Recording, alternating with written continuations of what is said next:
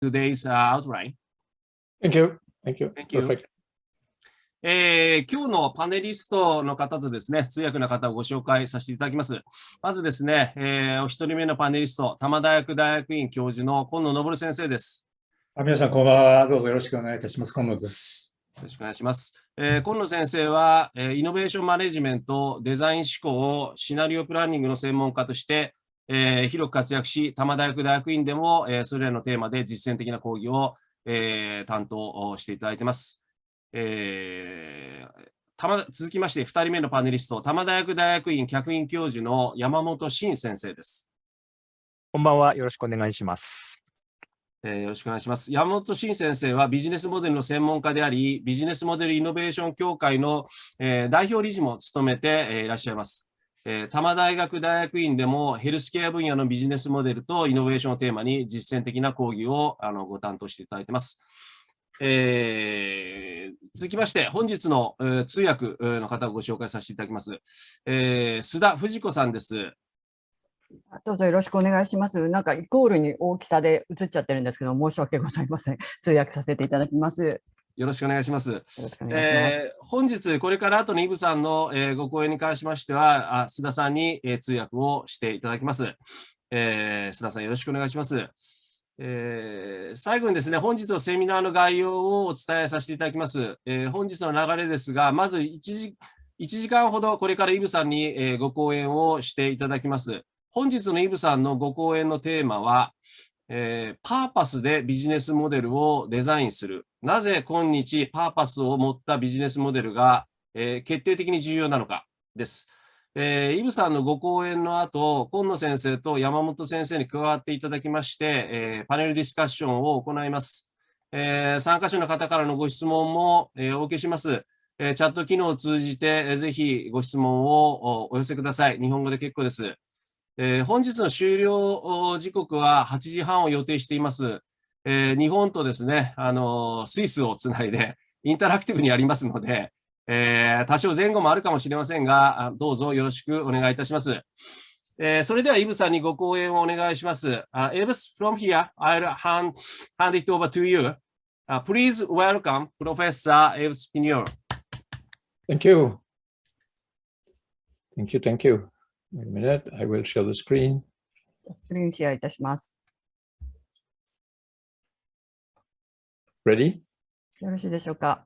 Good. はい。Thank you very much for your kind invitation, as usual. 皆様ありがとうございます。お招きいただきまして。It's a great pleasure to be with you today. でここでお会いできて大変光栄に思います。And also, I have to thank you, Shin Yamamoto, because he helped me to translate the different pieces of the slides that I will use today. 山本先生がですね、翻訳していただいたので、特別に感謝を述べたいと思います。So, what's the startup journey for an entrepreneur? As an entrepreneur, you have an idea, you search for the right business model. まずアントレプレナーというか、そのスタートアップの旅についてお話しします。まずアイデアがあります。And then you try to grow or just to survive. At least you try to create this future business.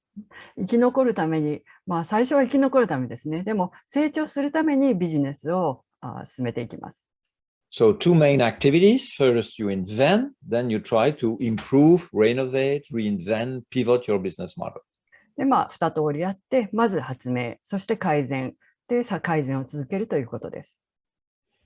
And inventing a business model requires a designer mindset.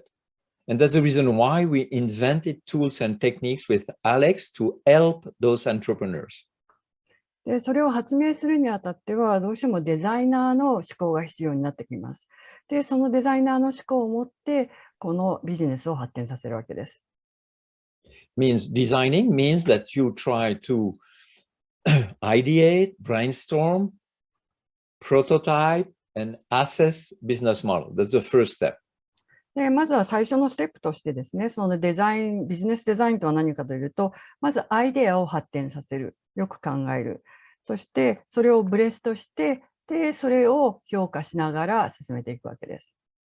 And then when you have your first idea, you try to reduce the innovation risk, you create hypotheses, you experiment, you learn and decide what you will do.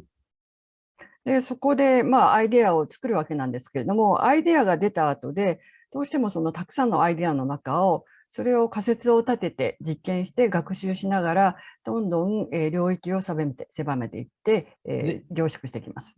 And it's quite iterative. So you start again, you test, you design until you think that you have a good business model to go further. で、これってもう何度もやらなきゃいけないんですね。これをリピートしてビジネスモデルに発展させます。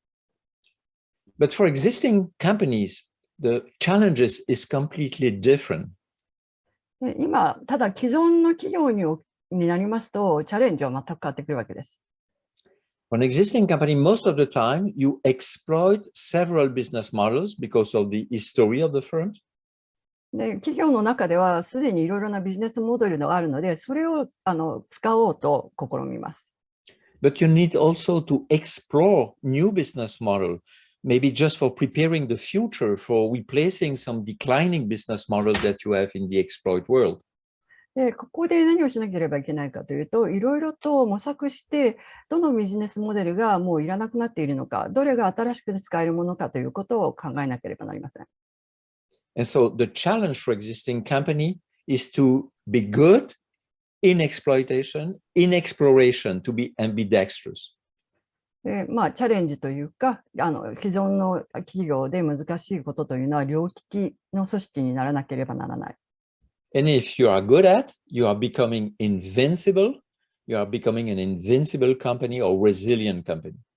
でそれでうまくいけば、インビンシブルカンパニー、もしくはレジリアンスカンパニーという、その発展や貢献ができるような会社になっていくわけです。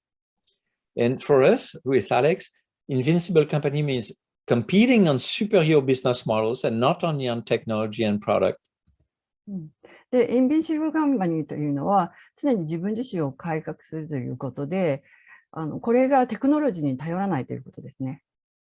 Then constantly reinvent yourself, be able to renovate your business model and to create new business model for the future. で、それを改革するということは、常にリエンベントする、自分を作り直して優れたビジネスモデルで競争していくわけです。But sometimes able to transcend industry boundaries, going outside your traditional activity sector. で自分たちのビジネス領域からそれを外れて、そこの他の分野でもそれを使ってビジネスの発展させるということが重要になってきます。For a long time, we have observed that Fujifilm is a nice example. When Kodak almost disappeared, they were able to recover more quickly with Astalist. 富士フィルムは非常にいい事例でありまして、コダックがもう消えていった、その反面、アスタライフという商品で富士フィルムは発展してきました。Short film, 1 minute. 1分フィルムをご覧いただきます。だからもうそれはなって、でその先10年、7年、8年、10年、このぐらいどうなるかって言ったらもうほとんどもうないだろう。でこれ大変なことだと。でどうするかと。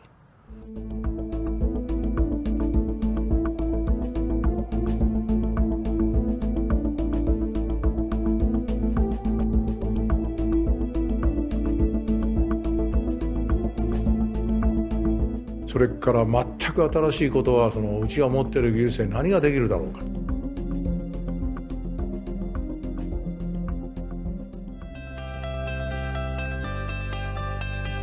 It is a rather striking realization that the same chemicals, same processes that help prevent fading of colors in photography also apply to skin and helps prevent skin from sagging and fading.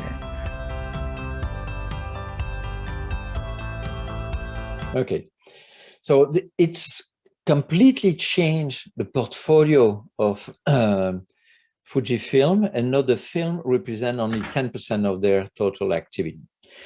And with Alex, a couple of years ago, we created different tools for helping companies to build this invincible company, the portfolio map, the business model patterns, the culture map. そこでですね、富士フイルムがやったというのは、ポートフォリオを全く変えて、その従来のビジネスを 10% に抑えた。で、その2年前にですね、新しいビジネスモデルをこれでツールを発展させてきたんですけれども、ここでポートフォリオマップ、ビジネスのモデルのパターンとカルチャーについてのものを作りました。But today, I will not present too much those tools. I will use some of them, but I will focus on business models with purpose, designing business model with a purpose. でそのポートフォリオについては今日は詳しくは話しません。フォーカスするのはビジネスモデル、パーパスに基づくビジネスモデルについてお話しさせていただきます。So it means that profit is not the alone objective, but people, societies, and planet environment. So we would like to achieve social equity, economic prosperity, environmental stewardship. でこのパーパスという意味というのは、利益だけを追求するのではなく、人、利益とプラスこのプラネットですね、地球をすべて考慮してビジネスを立てる。ソーシャルエクイティとエコノミックプロスペリティと環境に優しい、もしくは環境を手助けするビジネスになるわけです。And it matters more today than ever before because of the virus crisis, because of the climate transition, because of the sociological evolution of society. でもう現状としてはですね、今まで以上にこのパーパスとともにというのが重要になってくるわけです。COVID も、問題になっておりますし、地球温暖化の問題もあり、またソーシャル的な問題も今、いろいろな問題が世界中で起こっているからです。And I will apply in three different contexts. First, when you invent new business model with a purpose. でいくつか説明させていただきますが、まずは発明に基づくもの。Then when you shift towards a business model with purpose. でそれで、発明をした後で、それからシフト、パーパスとともにという考え方にシフトしていきます。And when you manage and maybe change your portfolio of several business models with purpose. でそこでいくつかのビジネスモデルがあるわけなんですけれども、自分たちのビジネスに見合ったものを管理しながら、パーパスと方向に進めていきます。So, agenda for today. First, inventing new business model with purpose, shifting towards a business model with a purpose, and then managing a business model portfolio with a purpose. で今日のお話はこの3通りございまして、パーパスとともにビジネスモデルを創出する、パーパスとともにビジネスモデルをシフトして、パーパスとともにビジネスモデルのポートフォリオを管理するというものです。So the first one, inventing new business model with a purpose. And the first example I choose will Patagonia. でここの第1部なんですけども、パタゴニアを事例に挙げさせていただきます。Patagonia has been created by Yvon Chouinard, an alpinist, with this purpose. We are in closest business to save our planet. でここのパタゴニアはイブス・シュナード氏が作ったビジネスなんですけれども、でこの方がおっしゃっているのは、このスポーツですね、この私たちのビジネスというのは地球を救うためにビジネスを展開していきますということを明確に言っています。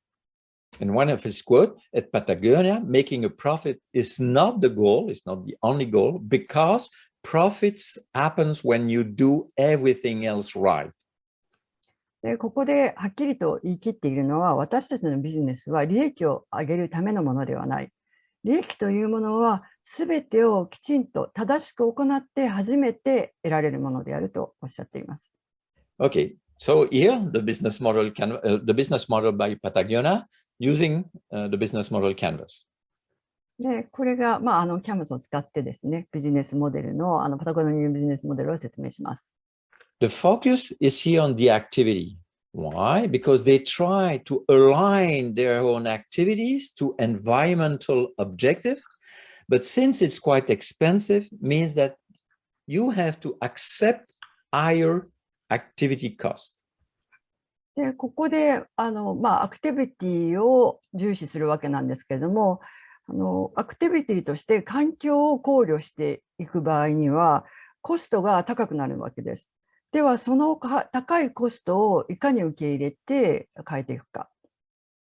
Secondly, they develop this sustainable value proposition, sustainable outdoor equipment, and make customers feel they are contributing to protecting the environment, because here the customer relationship is value-based between customers and the company. でここでじゃあ高いコストをどうやって受け入れてもらうかというのは、その持続可能な価値提案の開発をして、お客様に自分たちもその環境保護に貢献しているんだ、そのためにコストが高いコスト、もしくはその価格を払うのだという考えに変えていくわけです。And finally, since the costs are high, they apply premium pricing for revenue. And because customers accept that environmental friendly production comes at a cost, again, because of this.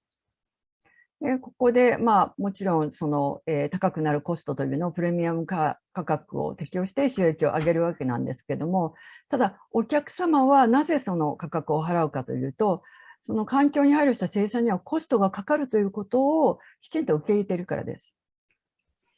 And they have a second part, this business model, which is related to this circular economy with second-hand clothes for outdoor enthusiasts, but on budget, using different channels and using now the same channel, the retail stores. でここでその2つ目のステップなんですけども、サーキュラーエコノミーというものを使いまして、でユーズドショップ、セカンドハンドのグッズがアウトドアのものが売っているところで、そこで購入したりとかですね。でそれをアウトドアので活動されている方たちにそのような古着のオプションも与えるということをしました。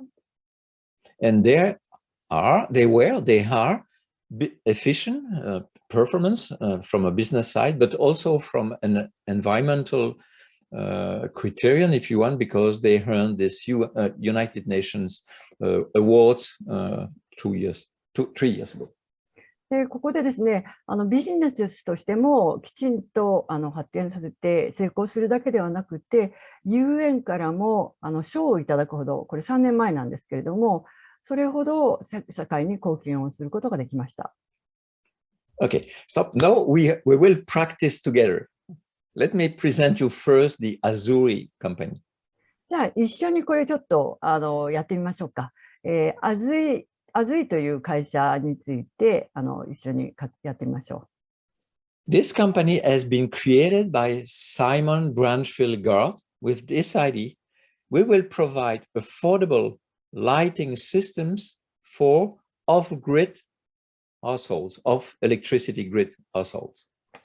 ね、ここの、CEO というのがサイモン・ブランチフィール・ガースさんなんですけれども、ここで何をしたいかというと、安価な非電化住宅向けの照明システム、グリッド、オフグリッドですね、そこに電気が通っていないので、そこでライティングをするにはどうするかというビジネスです。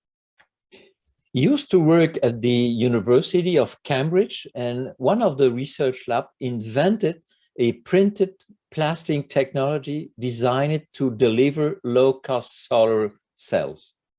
で彼自身がですね、カンブリッジ大学の方で研究をしていたんですけども、でそこで低コストの太陽電池を実現する印刷プラスチックの技術ですね。ソーラーセルというんですけれども、それを使ったものを開発しました。And he knew that 600 million people living in rural Africa has no access to the electricity grid, but they have a phone. でそれで、アフリカでは600ミリオンの方たちが郊外の方に住んでいて、電気はないんだけれども、6割の方たちは電気はないんだけども、7割の人たちがスマホを持っている。A short video? またビデオをお見せしたいと思います。600 million people in sub-Saharan Africa are not connected to mains electricity, and this lack of power comes at a price. The expense of kerosene, the poisonous fumes it produces, and time wasted walking to town to charge phones. Azuri is a business addressing these challenges with the aim of delivering life-changing modern technology to every home. Azuri has combined the latest solar and mobile technology to enable its customers to access modern power devices. systems are made affordable using a pay-go approach that allows consumers to spend a small sum each week to have access to the devices. At the end of the contract period, usually about 18 months, the systems are unlocked and free to use forever. Azuri's products range from solar home lighting systems with 4 lights, a USB port to charge a mobile phone, and a rechargeable radio and torch, to a fully integrated solar satellite TV system, including over 50 of the most popular channels. Wakati niliokewa Azuri Solar System, hiyo kutoka hiyo usiku, kwanza watoto walipata na furaha sana, sababu walikuwa wanaona room imejaa mwangaza, na kila mtu akakuwa interested, anataka kuangalia kitabu kama anaona vizuri. Wanasema wanaona, sawa wakaanza kufurahia na wakasema taa yenyewe ni nzuri. The company is a technology pioneer, recently winning the Edison Gold Award for its HomeSmart artificial intelligence technology, which automatically adjusts battery output to optimize performance even on cloudy days. Azuri uses a unique distribution partner approach where the company works closely with local organizations. Okay, so it works like this one for pay-to-go. You buy the device, okay, with the solar panels and this Indigo box. And using the phone, you can buy a kind of scratch cards, $1 to have lights for 1 week roughly. And when you you use your box 80 times at $1, it belongs to you. You can translate maybe first, you buy. Okay. では、すいません。ここで何をするかというと、このビジネスモデルというのをまず自分で購入する。ソーラーパネルを購入します。で、これが$10。Then you pay $1 to have lights for 1 week. で、これをペイトゥゴーということで、スクラッチカード付きのものを1週間につき$1支払います。And then after 80 scratch cards, you own your box for life. で、80枚のスクラッチカードで自分のものになるということです。Thank you. So the idea, I will ask you to map out Azuri's business model. So the value proposition is help people light their home cheaply using solar power is the main value proposition. You have different sticky notes here on the left-hand side, and I will ask you something. Okay. では、ここでですね、皆さんでやっていただきたいんですけれども、バリュープロポジションのはここにあるわけですよ。太陽光発電で安く家を、電気を、照明をで貢献する。で、こっちの方にA から G までの付箋がありますので、それを使って動かしていただきたいと思います。And I'm asking you to write down the full sequence of 7 letters matching the numbers. What does it mean? In the chat window. Oh, go ahead. In the chat window, I'm asking you to type 7 letters that you can see here. Okay, you type those letters here, and you know that the first one will be the customer, the second one will be the channel, the third one will be the customer relationship. So 7 letters corresponding to the different pieces, the different blocks. では、その ABCDEFG ってここにありますよね。で、ここにそれが左側で、右側に1、2、3、4、5、6、7まであるわけです。だから、1にはその A から G の何が入って、2にはどれが入るか。で、それをチャットボックスに書いて、皆さん、ぜひぜひ参加してくださいね。書いて、どの順番でどの順番にこの左側の付箋がくっつくかということをやってくださいませんか。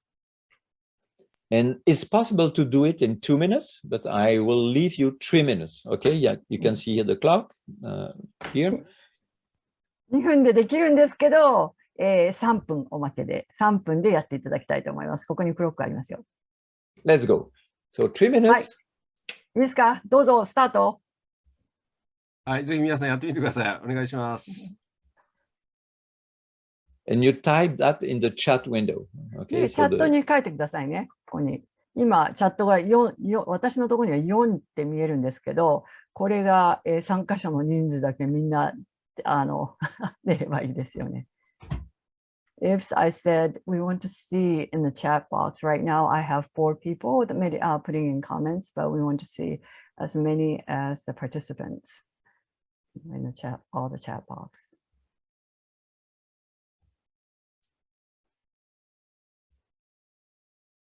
Could you check if the participant can open the chat window, please? Chat window. Oh, we have a question. Oh, chat is not allowed. And one person says, I don't know how to use chat box. 皆さん、ですね、これチャットボックスに送れないんですが、Q&A がありますね。Q&A の方に送ること可能なので、こちらの方にですね、皆さん考えた回答をですね、Q&A の方に送ってください。よろしくお願いします。They couldn't use chat box, but they can make a comment on Q&A. So they're going to enter their answer in Q&A box. Okay. So put your 7 letters in the Q&A boxes. そうですね。ですからこちらの方のアルファベットの。And not just one, 7 letters, not just G そう、1が G とかじゃなくて、すみません。山本さん、せっかく入れていただいたんです。ごめんなさいね。一つだけじゃなくて、例えば 1G とか2、それこそ D、適当に言ってますけど、3、なんか F みたいな、そんな感じでいいですか？そうですね。アルファベット7つ、ですね、組み合わせ入れていただいて、それが1、2、3、4、5、6、7に対応するということで、7つアルファベット入れていただければと思います。Okay, normally we have only 1 minute to put 7 letters. I didn't see anybody typing so far, so maybe we could have. Well, we have one guy. Yeah. He's a GAFDECB. Mr. Yamada has entered his thing. Thank you. That's good. Okay. I think there was some confusion about chat box. Okay, another one.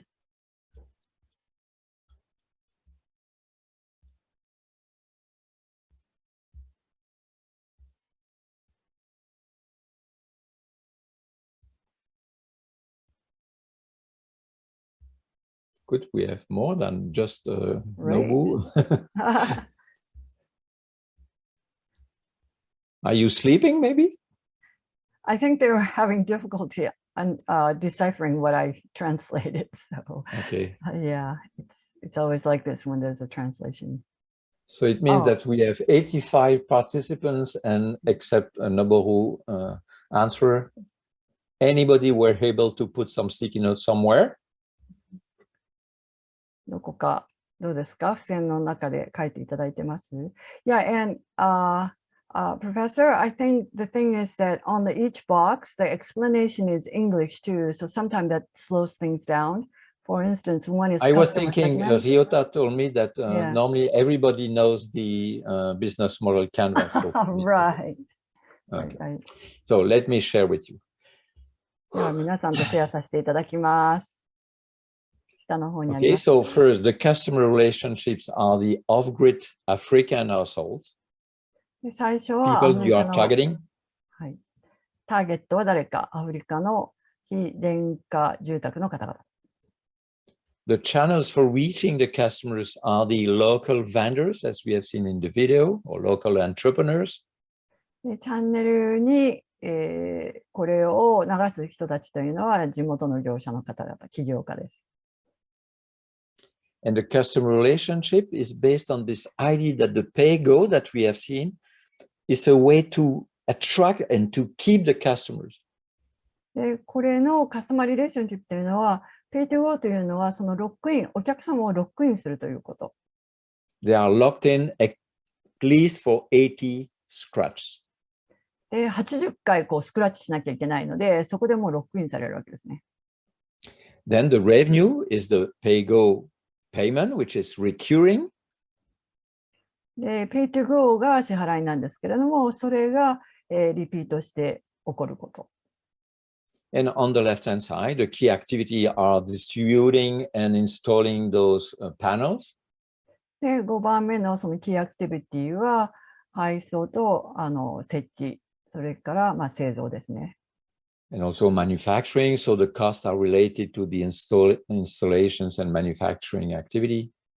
でここで製造しなければならないですし、導入や設置のコストが発生するわけなので、それでコストストラクチャーというところにこの2つが入ります。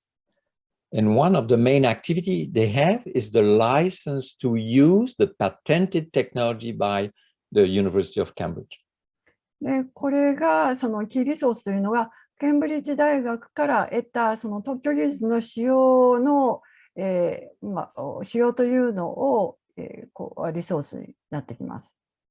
And there is a second part in this business model because they offer employment opportunities for entrepreneurs, which are the way of delivering the panels to the customers.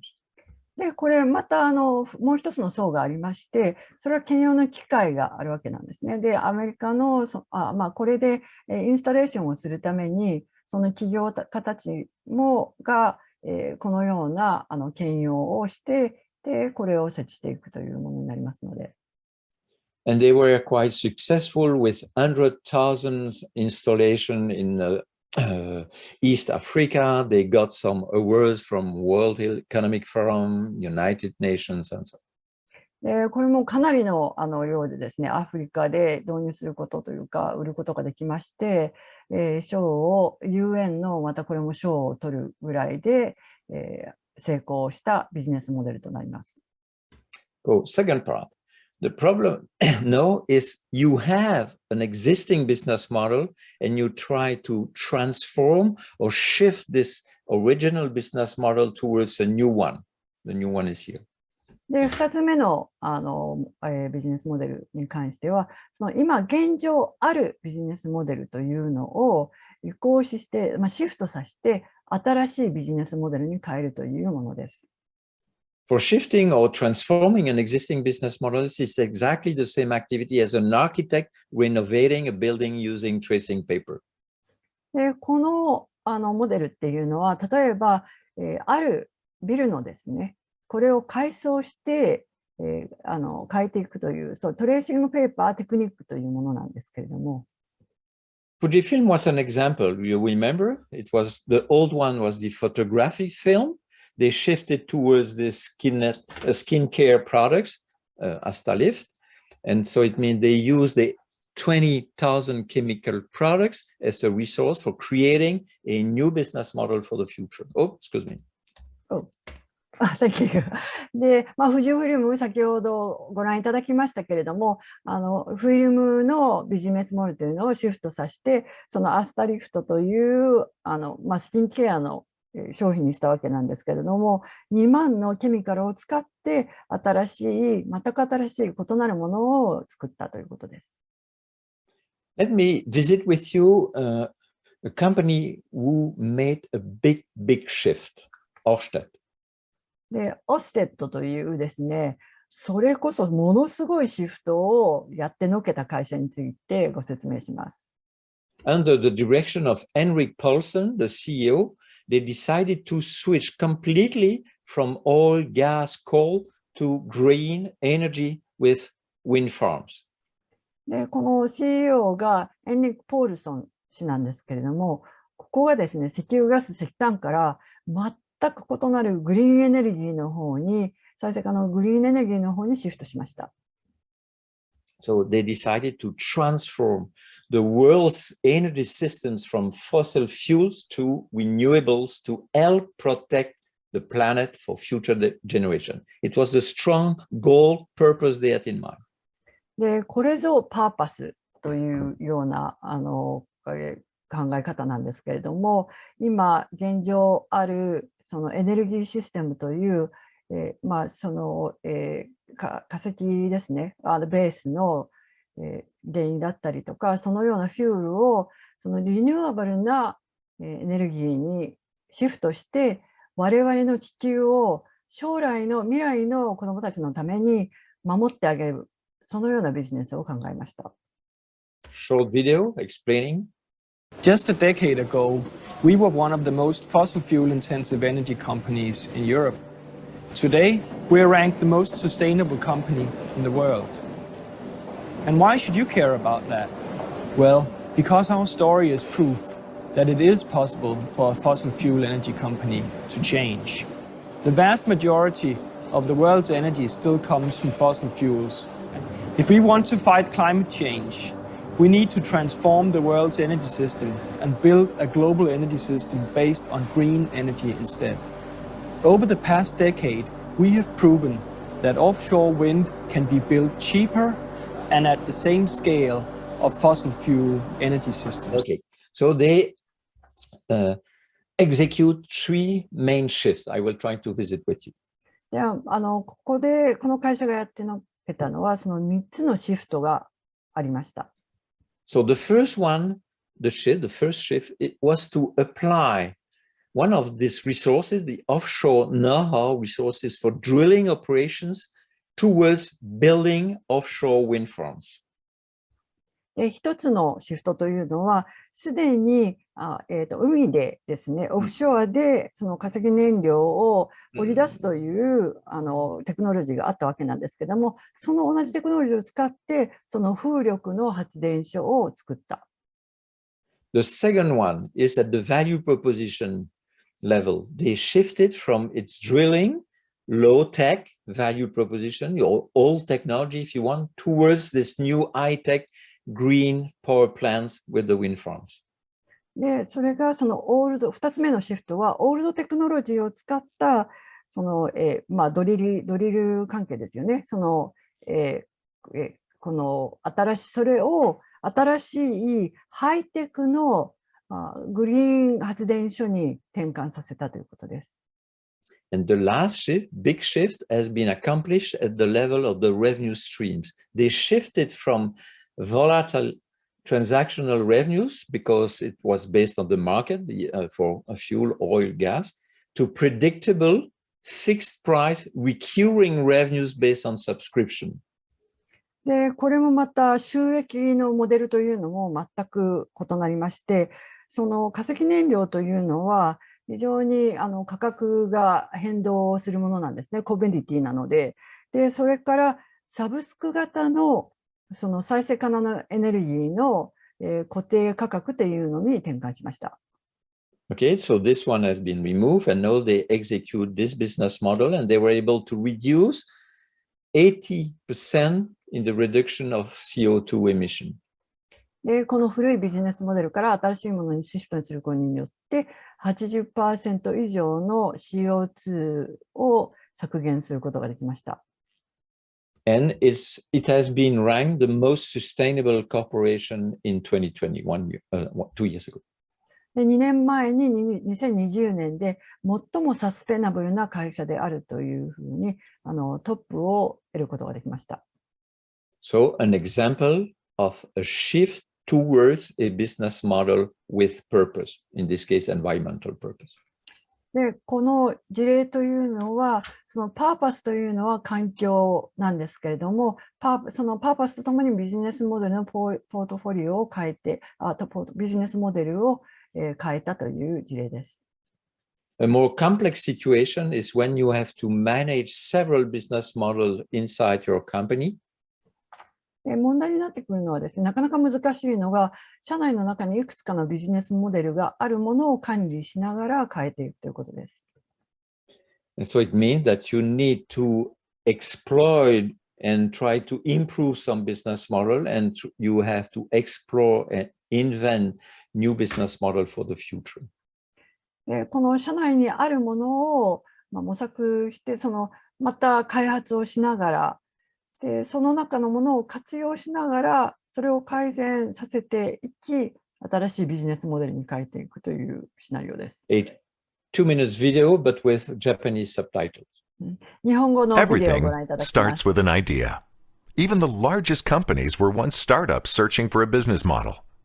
When startups find their model, they scale and transform it into a mature company. They shift from an entrepreneurial mindset to a managerial mindset. We call these two fundamentally different worlds explore and exploit.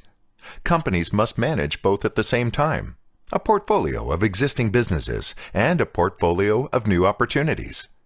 The exploit portfolio helps you manage what you have by looking at the return on the one hand and the death and disruption risk on the other. Here you scale emerging business models. renovate declining ones, or make successful ones more resilient. You bolster your exploit portfolio with the following portfolio actions. Bring in outside business models through acquisitions, mergers, partnerships, or investments. Improve existing business models, shifting them from outdated to superior models. Remove business models that don't fit your strategy through divestitures or by dismantling them altogether. Yet, managing what you have is not enough in times of disruption. Even the best business models expire like a yogurt in the fridge. Avoid obsolescence and proactively develop and explore a portfolio of bold initiatives. Your search for growth engines requires two main activities. Increase the expected return by designing better business models. Reduce the innovation risk through rigorous testing. Adapt ideas based on evidence from the field until a value proposition and business model emerge. You manage your Explorer portfolio with the following portfolio actions. Ideate and test your own business model and value proposition ideas, or invest in outside ventures, or do both. Once you start testing ideas with experiments, the evidence will suggest the path. Persevere and gather stronger evidence. Pivot and adapt the idea a little or a lot. Retire it entirely because the evidence indicates it won't work. To scale a tested and de-risked idea, transfer it to your exploit portfolio or spin it out if it doesn't fit your strategy. When in exploration, know that you can't pick the winner. Early on, good and bad ideas are indistinguishable. The only way to truly identify the winners is by investing small amounts of money in a large number of projects. Retire ideas that can't produce evidence and invest in those showing traction. Want a larger return? You'll need more projects in your innovation funnel. That's the idea. Use the... Let me see now an example of a big shift inside the portfolio. And I choose Unilever under the direction of Paul Polman. He decided this, he had this purpose, make sustainable living commonplace. ではですね、次の事例はそのユニリーバーのその商品なんですけれども、これもパーパスに基づいてサステナブルな方向に進んでいたものです。で、この CEO は、ポール・ポルマンさんです。Here, Paul Polman. So we believe that an equitable and sustainable growth model does not have to come at the expense of either top or bottom line growth. In fact, if that is your strategy, I would submit it actually accelerates your top and bottom line growth, and that is what we're trying to show. And so far, also with our shareholders, which is one of our stakeholder groups, we've translated that into a reasonable return. I personally believe that more so in this world than in any other world that we live in, companies that are in tune with society, closer to the needs of the population at large, after all we're a consumer goods company, are better placed to be successful, and that is the essence of this model. It's a growth model. Okay, so we will try to visit the evolution of this business model portfolio. じゃあ、このポートフォリオの進化についてご覧いただきます。So they have three family of business model: beauty, personal care, foods and refreshment, home care.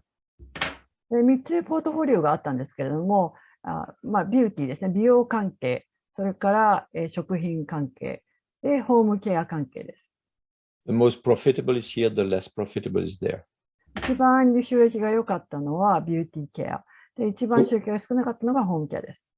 To accomplish the goal, the purpose, they decided to change some of those business models to improve such business model in educational tool, biodegradable packaging, less water. で、ここで何をしたかというとですね、その、環境問題に取り組むということを見せるため、またそれを実践するために、いろんな方たちを教育して、でそこで、ここにもあるように教育ツールを使って成分改正やより少ない水、もしくはそのパッケージングを少なくするという考えでした。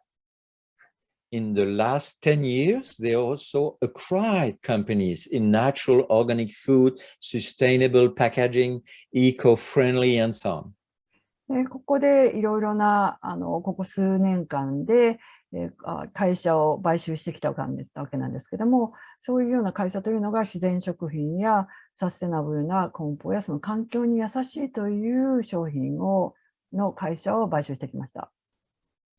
And they decided to drop, not align brands with this big dream here. So mean they divested some company, even if they were successful in the previous year. でここで何をやってのけたかというと、この大きなパーパスのためにそれにフィットしないようなビジネスは全部売却していきました。でここの考え方にとにかく合わせてビジネスを展開してきたわけです。This one is for the exploit portfolio, but they also decided to do something for the explore portfolio. でこちらの方がですね、その実行ポートフォリオでもあるわけなんですけれども、それと同時のこの下の方にですね、その探索型のポートフォリオということも実践してきたわけです。And they created Unilever Foundry, which is a global, collaborative, innovative platform with a business unit inside Unilever and some startups, enterprise outside Unilever to work together. でここで何を作ってこれを実行させることにしたかというのは、このエクスプローラー型ですね。その探索型でユニリーバーファウンドリーというプラットフォームを立ち上げて、でこの、概念というのを浸透させていかせました。And after 10 years, the purposeless brands inside Unilever deliver 75% of the company's growth. でこの10年後に経った今ではですね、このパーパスレートというこのパーパスベースのブランドというものが、この企業の中の 75% の成長を遂げたわけです。And Unilever has been ranked number 1 of the world's 350 most influential food and agriculture companies. And it took 10 years in total. でここで2021年ではそのベンチマークですね、食品やその農業、アグリカルチャーの会社としてベンチマークとして選ばれたわけです。でそれも350社の中で最も影響力のある食やその農産物の会社ということで、これ10年間かかってここまで育て上げました。I have a question for you. In the Explore portfolio, do you have an idea of how many business models you need to explore to be able to put and to push one successful business using the design testing technique that we have briefly presented? So my question is, how many innovation projects, how many business models you need to explore to produce one business model that could be transferred in the exploit portfolio? では皆さんまた Q&A に書いていただければと思うんですけども、ここでの質問は、その探索モデルでいくつのアイデアもしくはビジネスモデルを探索すれば、その一つの大成功するもしくは成功する商品ビジネスモデルを作れる、実行型のビジネスモデルを作れるのでしょうか。So for this one, I need 81 answers in the Q&A window. Just type a number. 3, 10, 20, 1000. Q&A にですね、81名参加が、87名の方からみんなから数字書いてもらいたいと思います。1でもいい、2でもいい、1000でもいい、何でももう本当当てずっぽうでお願いします。No good answers. So type a number. Your feeling in my company, we tried 10 projects or 100 projects to push one in execution. 例えば自分の会社ではそういえば 10個ぐらいトライしたかなとか100個だったかなとか、もう何でもガッツフィーリングでお願いします。数字書いてください。Type something. Type a number. 何でもいいから書いていただきたいです。本当数字書くだけなんで。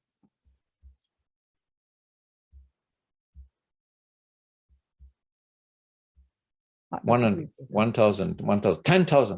1万。1000. Thank you, thank you. ありがとうございます。 Good. 素晴らしいです。As I told you, there is no good answer. So what we have observed is if you have at least 10 innovation projects that you will design, test several times, maybe pivot, change, and so on, it won't be possible to have at least one successful business model in execution. でこれでも正しい答えなんてないんですけれども、ただここで言えるのは、その10個のプロジェクトをやって、いろいろこう模索をかけて、でその中で一ついい成功するビジネスモデルができるかもしれないということですね。And if you want to have more than one, but you will maybe have 100 to try to have 10 projects that you will launch in execution.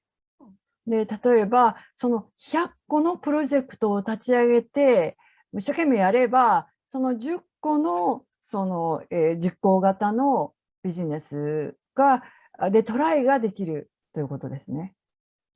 So it means that it's roughly around 10% of successful business model. It means that you have to kill 9 projects out of 10, 90%. でここで勇気が必要なのは、いっぱいやってるけれども、90% はうまくいかない。で、その 90% はもう切って捨てるしかないんです。So you manage a portfolio, but you cannot pick the winners without investing in the losers.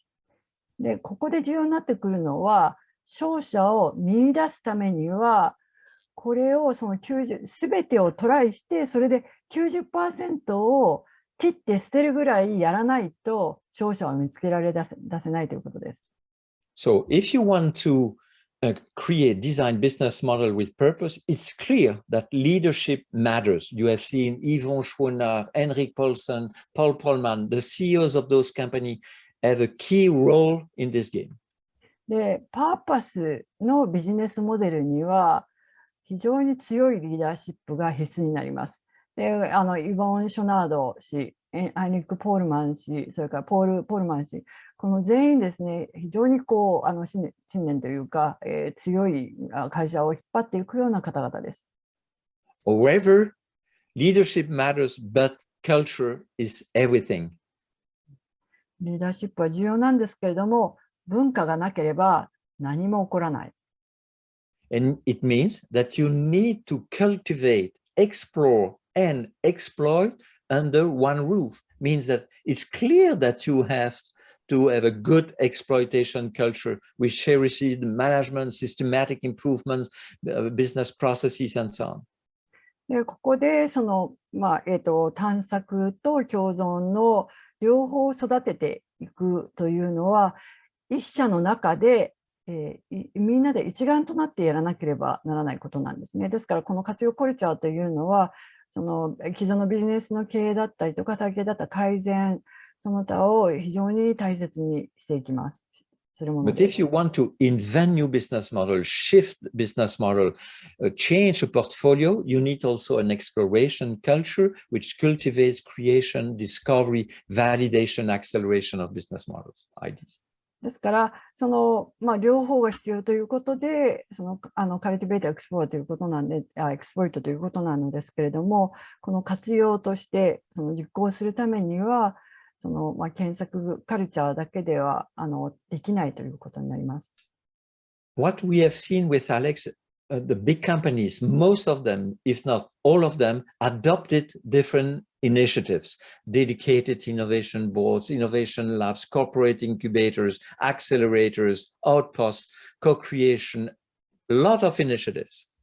でここで、全ての方たちが実際にパーパスのビジネスモデルを実践する場合には、いろんなビジネスモデルですね、ここにあるような全てのプロジェクトを立ち上げて、徹底的にやってきているわけです。But in most of the case, it's innovation theater, no impact. で、ほとんどのところがですね、だいたいイノベーションのシアターというか、ただ演劇をしているだけ、本当にはやってないんだけれども、そういうふうに見せかけている。That's the reason why with Alex, we invented this innovation culture readiness. trying to help companies to see you need to check if you are ready to innovate. それで、私どもの方で作ったのがですね、イノベーションカルチャーの、浸透度があるか、本当に準備はできているのか、これが進めることができるのかということをここでチェックリストで調べることができます。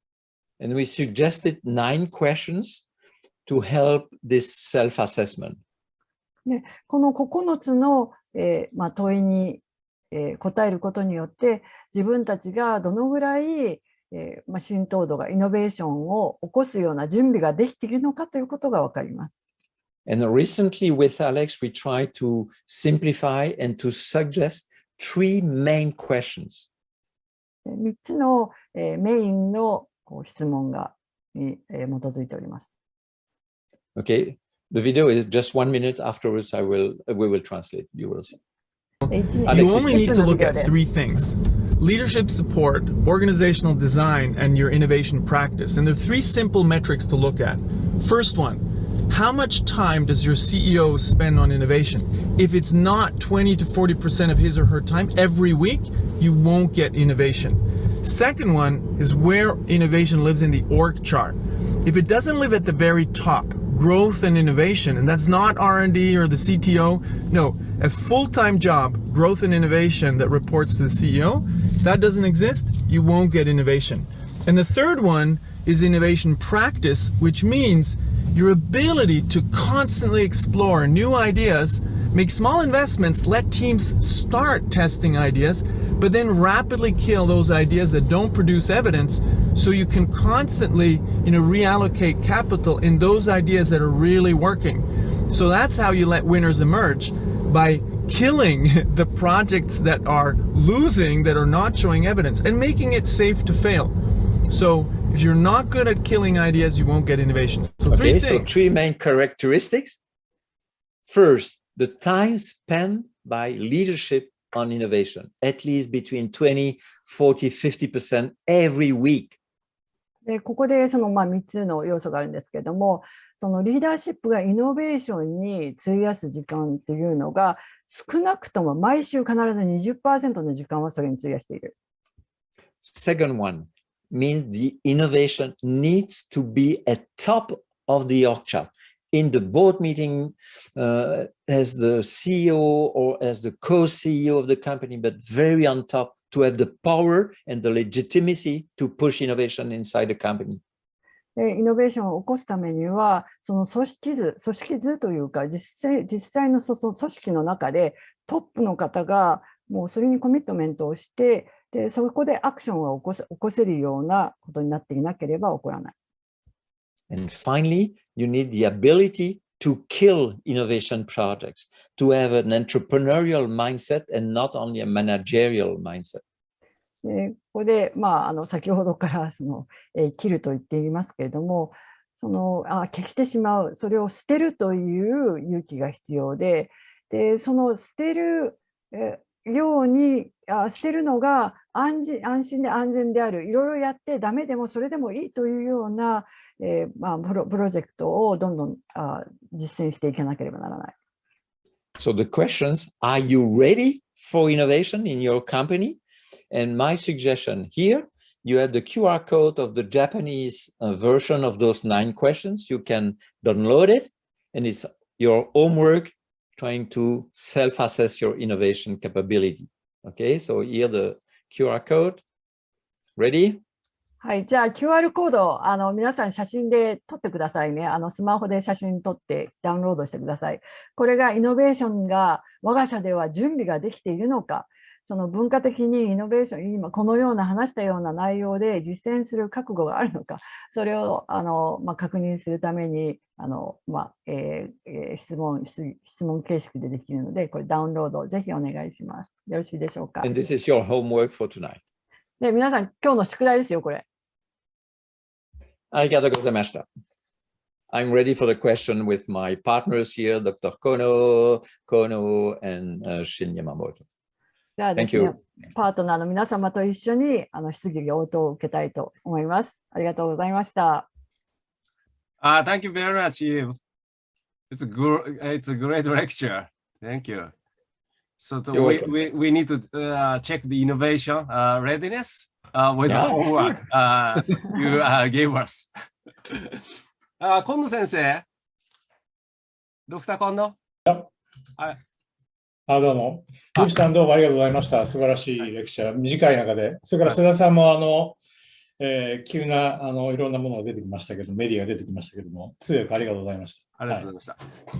さあ、じゃあ、ここからですね、今野先生、新さん、山本新さんを、ですね、お迎えしてですね、少しディスカッション、イブさんへの質問も交えてディスカッションに入りたいと思うんですが、まずですね、皮切りに、今野先生、ですね、今のイブさんの、講演のですね、ポイントをですね、少し、ですね、お話しいただいて、よろしかったら、イブさんへのですね、ご質問も、合わせてしていただけたらというふうに思います。日本語と英語と交えて、ですね、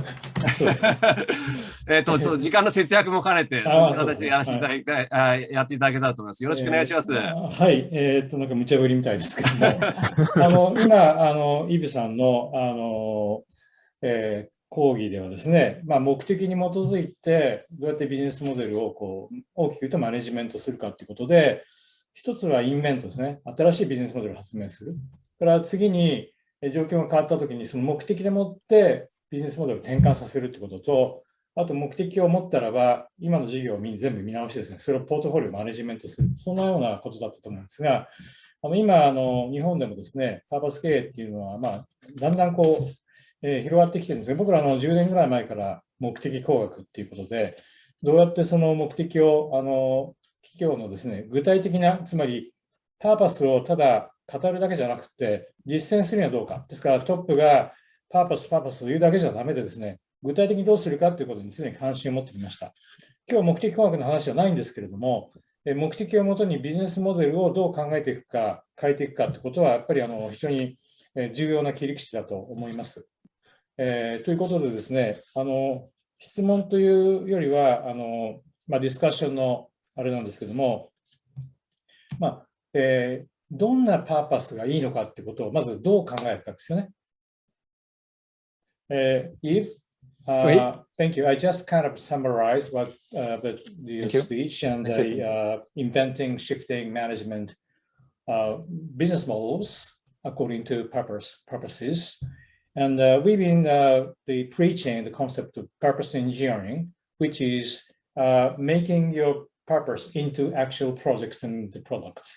But I don't touch it today, but I'd like to focus to purpose in your case.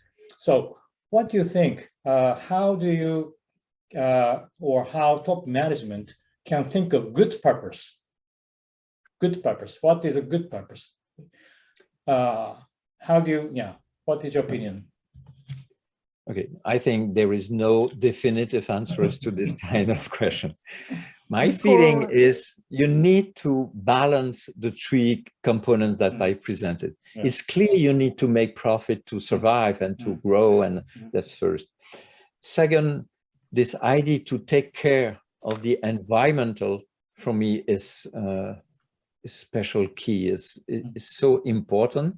And finally, the social aspect or the social equity and so on for your employees, for your customers, for society is something which is key. So it's called triple bottom line.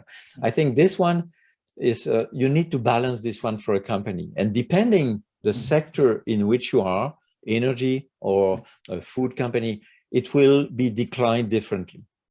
Maybe a kind of translation. Thank you. Yeah, I'm ready. Okay.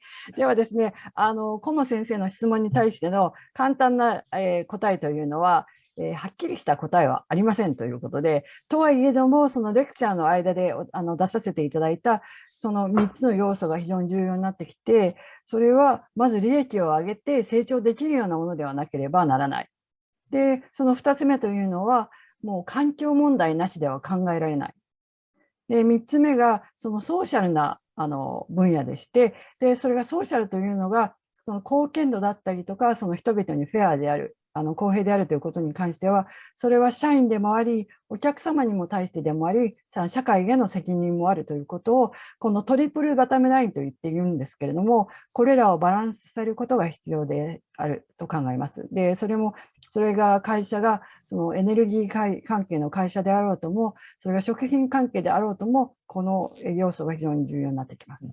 全くsure. I can add something.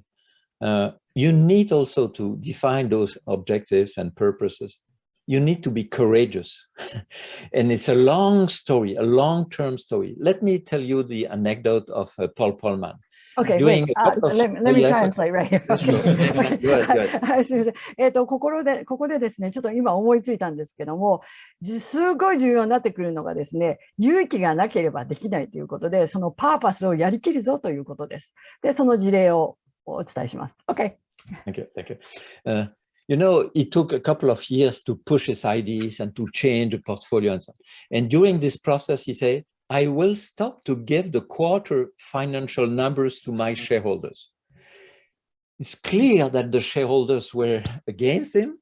Maybe at the time, eventually, he has been pushed off the company, but the successor continued to, because it's a big machine which has been launched. And you need to be courageous as managers, as employees, as executives, as shareholders. It's a complicated game, but I think, yeah, we need courage to go further and to apply. そのパタゴニアの社長の例なんですけど、イブ・シュナードさんなんですが、とにかくもう勇気がなければできないということはですね、イブさん、社長が四半期のフォーキャストというのはもう出さないぞと。自分たちの実績についての数字は出さないぞって言ったんですね。そしたらもうシェアホルダーがものすごいそれに反発して、で、ある時点ではもう会社から追い出された、追放されたっていうような形になるぐらいだったんですけども、その彼の後釜の方がですね、それをその理念というのをしっかりとバトンを受けて、プッシュして、それを、シェアホルダーだったりとか、いろいろな利益だったりとか要素があるんですけども、勇気を持ってそれを推し進めるような、今ある会社というマシンをですね、変えていくということが重要になってきます。And what we have seen in some big companies, it's a participative activity. So it means it's not only the top people deciding, but they try to build some committees, some groups working together and so on, just to push those ideas at all the levels of the company, not only shareholders, but not only customers and so on. Let's go. で、そこで、もう一つすごく重要なのは参加型にしなければならない。で、トップからボトムまでその参加型にするには、それがコミュニティ、コミッティであったりとか、もしくはそれぞれ自分たちで作ったグループかもしれないですけれども、その概念というのを全てに浸透させて、社内でそういうプロジェクトを立ち上げて進める必要がある。全く同感です。私、黙って次に新さん、河野先生に振りたいんですけども、やはり僕らもずっとやってきているのは、今、社会的な投資とか社会的な面が非常に重視されているんです、環境。それだけだと、利益が生まれないとどうしても思われちゃうわけで、その社会的な側面と利益をですね、バランスするには、やっぱりある種のウィズダムが必要で、別の言い方をすると勇気ですよね。それを判断できる勇気を持つっていうことで、僕らは非常に大きな目的と、パートナーを巻き込まないといけませんから、個別の目的と、それらを総合したですね、ドライビングパーパスとかドライビングオブジェクティブっていうんですが、これをうまくオーケストレーションすることっていうことを考えています。すると、これを縦軸にすると、今日イブさんがおっしゃったビジネスモデルをですね、インベントするか、シフトするか、マネージするかっていうのが縦横になって、すごく具体的な展開ができるんじゃないかというふうに思った次第です。これだけ僕が言った方がいいですかね。藤子さん。今簡単にまとめて、はい、今お伝えしたんですが、Okay, I'll translate. Well, as I sent you a message quickly, Professor Kono completely agrees with what you say, that you need to have courage and you need to involve all the partners, and the driving objective must be orchestrated amongst all the level and all the participants, both inside and out. So yeah, I fully agree. Yeah. I fully agree. Yeah. That's a vertical axis. Vertical and horizontal. Yeah, exactly. Yes. Agree. Agree. We're on the same wave. Yeah.同感です。Then probably Shin-san, you have a question or comment? I don't know. そうですね。お願いします。はい。はい。はい。Hello, Shin. Hello again, Ib-san. And sorry for my incorrect translation. One piece, but maybe no one noticed. But anyway. Okay. ですね。Thank you. ですね、私はこの立場でもありますけれども、普段その大きな会社にも属していて、おそらく今日視聴されている皆さんも、ミドルマネジメントの方もかなり多いと思うんですね。経営者の方もいらっしゃるとは思いますけれども、そうしますと、先ほどのまさに今野先生のお話の中にもありましたけど、そのパーパスなり、もしかしたらその言い方が会社によって、ミッション、ビジョン、バリューといった形にトランスレートされているかもしれませんが、そういった大きなところと、個人、もしくはその自分のチーム、組織っていうところの、アラインメントですね。デザイン&アラインメントっていうところをちょっとお伺いしようかなと思ってます。So my question is, how can we individually design and align our own individual purpose to the purpose in the organization, even not for the whole organization, but in the division or a group or small group? Do you have any tips or do you have any experience or something like that? Some experience or observations, yes. We have seen some company where the individuals have the right to speak. I think you need this psychological safety to be able to speak first. I think it's one of the good conditions because okay, that's for the condition. But just to push, I think it's the role as individual, and more you have the power inside your organization is to organize this kind of sensitivity to be able to push those purpose and to discuss the purpose and to negotiate the purpose, because it's not always possible to achieve all the purpose inside an organization. It's clear that it's a consensus, and I'm Swiss, so I know what does it mean. Discussing, negotiating, bargaining, and trying to find the consensus that we need to have if we want to have the adhesion of people to go further. But I agree with you. で今、事例といっても観察していて、そういうのをよく見てきているんですけれども、すごく大切になってくるのがその心理的な要素で、人が本当にこういうことを言っていいんだろうかっていう心配があるわけなんですね。ですから言っても安全だ、言っても問題にならない、問題にならないだけじゃなくてちゃんと聞いてくれるというような、そういう土壌がなければ人はそういう話もしないし、やっても形だけになってしまうので、ですからそれは組織の中で、センシティビティというか、ちゃんと皆さんが話せるような本当のそういうような環境づくりが必要になって、で自分自身はおっしゃってるのがスイス人なのでディスカッションをしてネゴシエーションしてそれでバーゲンしてというか駆け引きをするというのはもう当たり前な社会なんですけれども、それができるような環境でなければなかなか自分のアイデアをプッシュしたりとかディスカッションまで人を巻き込んだりとか交渉していろいろな駆け引きをしたりとか、そういうのがなかなか難しくなってくるということです。Thank you very much. ありがとうございます。そうですね。今、イブさんのお話で、イノベーションを起こすためには、やっぱり非常にトップの勇気も必要だっていう話もありました。で、さらにですね、ボトムからトップまでみんな、すべてのレイヤーのですね、人たちを巻き込んでいかなきゃならないっていう、お話もありましたけれども、今野先生、ここでですね、例えばどうやってそういうね、巻き込み型の、イノベーションが起きるような環境、カルチャーをどうやって作ればいいのかっていうことに関して、今野先生、これ日本の企業と、欧米の企業とですね、やっぱカルチャーとか国民性の違いとかっていうものも影響してくると思うんですが、日本的な観点でそういったイノベーション型カルチャーを作るっていうことでですね、今野先生のお考え、どうやればそういったものがうまく作れるのかっていうことをお聞きしたいのと、合わせてですね、イブさんに、ですね、欧米においてですね、そういった巻き込み型カルチャーを作るのをどうやってやればうまくいくのかね、そういったことに関しての少しですね、イブさんのお考え、具体的なですね、例なんかがあればですね、交えてお聞きできればと、思います。ちょっと須田さんに一回、通訳挟んでいただいて、ですね、今野先生に、お願いしたいと思います。Okay. Well, as you have said, all these things that are necessary, that from the top to bottom, that everybody feels safe to participate and be able to talk about these the purpose-based innovation or management.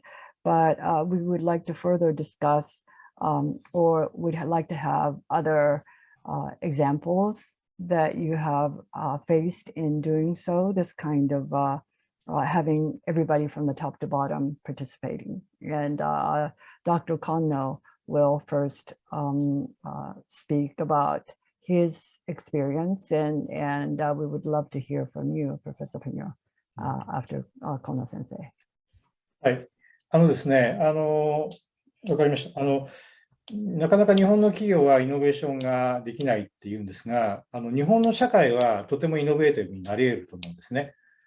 ですので、今はどっちかというと、日本の社会は少子高齢化で、どちらかというと、どうしても社会全体が少し高齢化している。そういう中では、なかなかイノベーションに手が出ないということで、なかなかうまくいってないわけですけれども、それでもですね、やはり一つは我々が持っているのは、こういった日本の組織の中に、どうやって次のですね、波を生み出すような人たちを育てるかという、育成をするっていう視点で、意識的にそういうことをしている企業は、このイノベーションのカルチャーを変えていけているんじゃないかと思います。で、これまでと同じような人たちが、変えられるかというとちょっと難しいと思います。ですから、意味の世代交代とか、意識の交代っていうものをですね、かなり意図的にやらない限りは多分難しいと思っています。でも先ほどの富士フィルムのようにですね、もう自分たちの先には何もないと考えていたり、それからもっと大きなですね、この使命感のある目的に目覚めるとか、そういったことがきっかけになってですね、カルチャーが変わっていくと思いますので、ちゃんとした答えになってませんけども、そういった、形で日本の企業も変わっていけると僕らは思って活動しているわけです。これって僕は英語で言うんですかね。私チャットで、この先生、私チャットで一応まとめて、ありがとうございます。Professor Piñeúr, are you able to read the chat that I translated and sent to you? Right, yes, I think the Japanese company is not good at everything in the chat. Yeah, that's what I put. So that's what Dr. Konno was saying. So I just kind of It's a very difficult question, but without the generational change within the organization, it's not possible just saying that the old Japanese systems and organization will change. I don't believe that. So you really have to make an effort to create a place we call ba, where the people can join and they could make the new practice, which is close to what you have said, Ji, about the creating culture. Yeah, you would have asked this question 2-3 years ago. I would have said, wow, big trouble, because you mentioned Japanese company. I'm not sure that the European companies are more innovative. So I think we are on the same kind of we can observe the same kind of behaviors. But what I've seen in the last couple of years is the sociological change in the society and the aspirations of the young people starting to work in those big companies or those medium companies, I think will push, and they will at the top in maybe 10 or 15 years. It's not, you don't have to wait so long. So I think it will change also from this standpoint, because they will not accept only the top decision without any discussion. See the number of young people involved, engaged in climate things and in society or social businesses and so on. So I think we could be more optimistic that we want you to mention. So what we are trying to achieve, preach is that we call dynamo people, not only just young ones, but the purposeful people, which will reject the old system, but try to change anew. So we call dynamo people, and at school, we're trying to cultivate those people, but there's a condition. If your organization is not toward dynamo, you're not able to cultivate dynamo people. So both sides should be, act together. That's a difficult task. But it's possible. I think audience needs to hear all this. So can I summarize? すみません。すみません。日本語の方々、皆さんなんかちょっと熱いここでディスカッションがあるんですけど、まとめさせていただきます。ピニョン先生がおっしゃってたのがですね、そんなになんかもうちょっと経てば若い人たちがどんどん上がってきてるから、2年前だったらヨーロッパももう無理だよって言いたかったんだけれども、ヨーロッパでもその若い人たちがどんどんもう上から言われたところを入って黙ってやるわけじゃなくて、ディスカッションなしではもう納得しない人たちがいるから、時が経てば大丈夫だよだ。あと10年、15年経てば中企業から大企業からもう変わってくるよっていうことなんですよね。で、それはもう社会的にもその地球の温暖化だったりとかもう待ったなしでどんどん解決しなきゃいけないので、みんなやってるよっていうことなんです。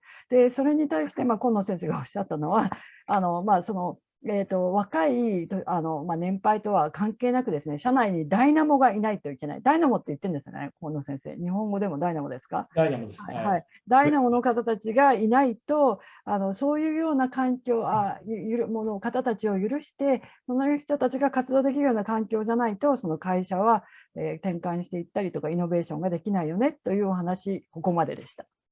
May I add something? Also, because we have mentioned companies and how to arrange organizations inside the company. You know, Mintzberg say also we have three sectors. We have the public sectors. We could also give some pressures for those companies. We have the private sector, which is the company that we are mentioning now. But we have also the plural sector, means the social community, society, and so on. That could have also some kind of pressure because you are customers of those companies, because you can push the public to go in some direction, to vote some laws. And so I think it's a game. It's a very complex game, but we need to be optimistic, even if it's complicated, if we want to change something in the future.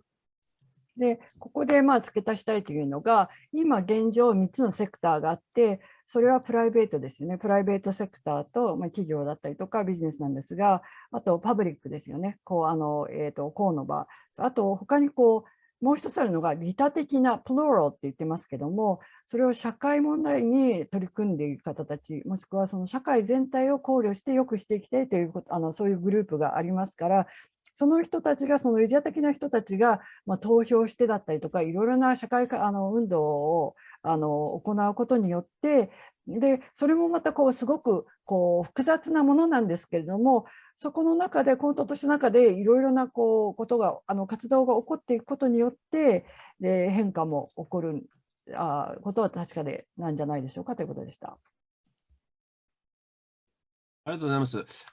参加者の方からのですね、ご質問もいただいているので、イブさんにですね、お答えをですね、いただけたらと思うんですが、一つはですね、プロジェクトですね、イブさんがイノベーションのプロジェクトをマネジメントするときに、うまくいってないプロジェクトをやはりですね、捨てなきゃならない、キルしなきゃならないっていうことが重要だっていうお話がありました。それに対するご質問だと思います。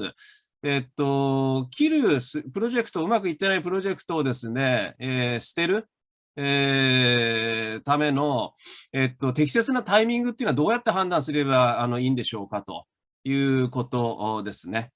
これに対して、はい。はい、ごめんなさい。The question is that you said that you have to kill these projects that are not just performing or you're obviously not doing well, but how do you know when's the right time to do so? Well, I think we developed, and Shane can present this, we developed some techniques for testing projects. And so all the killing activity, if you want, or persevere activity is based on the evidences you will be able to collect during this testing process.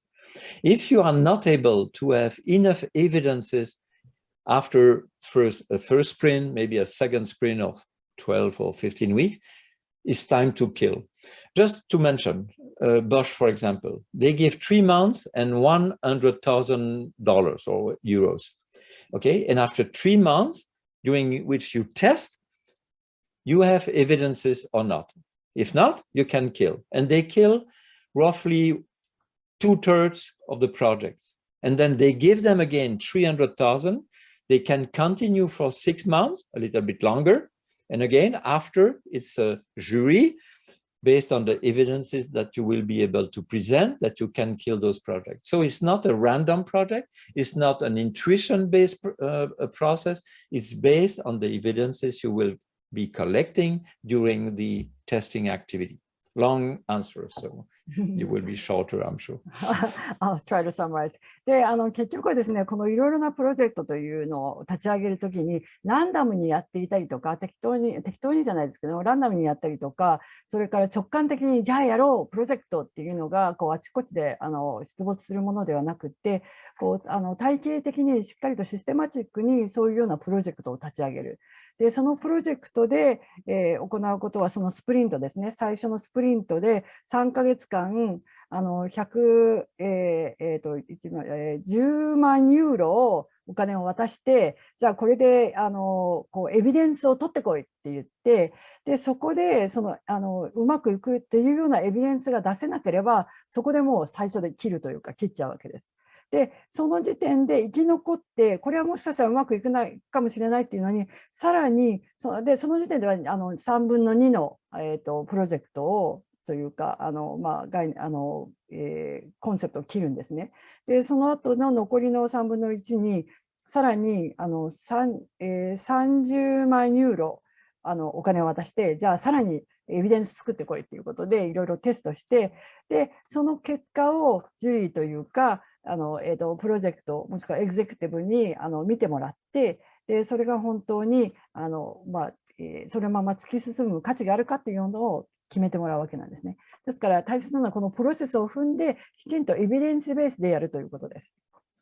And you can see the process that we created inside Strategizer with Alex, which is called the Discovery Sprint Overview. So it means that it's a 15-week process in which at the beginning you design and during maybe 10 weeks you try to test outside the building with customers, with partners and different stakeholders. And then after you say, okay, we can continue or not. And it's only based on the evidences you can collect. And not intuition and not just finance number, because you have no finance, the customers are not able to give satisfaction. No, you try to create something for the future. So it means that you have some proxies just to design and to continue. これが一緒に作っているこのシステムなんですけども、そのディスカバリーのスプリントなんですけれども、これ15週間できちんと体系的にプロジェクトを立ち上げて、でお客様とかパートナーとかいろんな人たちに話してエビデンスを作る。でここで重要なのはですね、その数字としても、そのお客様っていうのはそういう商品はまだ存在しないわけですから、そういうような数字的などのぐらい利益が上がるかなんていうのは分からないものなので、将来的にどうなるかということを見据えてスプリントをして、ここできちんと判断をしていくということが重要になります。はい、ありがとうございます。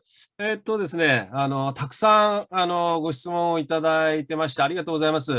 時間がですね、多少今、予定の時間は少々過ぎてはいるんですが、せっかくたくさんいただいてますので、最後に一つだけ何かピックアップさせていただきたいと思うんですが、河野先生いかがでしょう。Q&A いろいろいただいてますけども、興味深いご質問もあります。例えば、トップマネジメントがですね、関与しないとイノベーションカルチャーって絶対できないのか、それとも他のですね、イノベーションカルチャーの作り方っていうものがあり得るのか、例えばこんなご質問もありますし、B2B の顧客の巻き込み方みたいなことのご質問あります。今野先生、いかがでしょう。どれかですね、一つ最後のクエスチョン、全部はお答えをしていただく時間がないので、一つピックアップしてイブさんに、ですね、聞いていただくということで選んでいただけないでしょうか。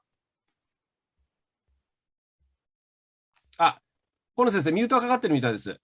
強力なトップマネジメントっていうところは一つ重要かなと思います。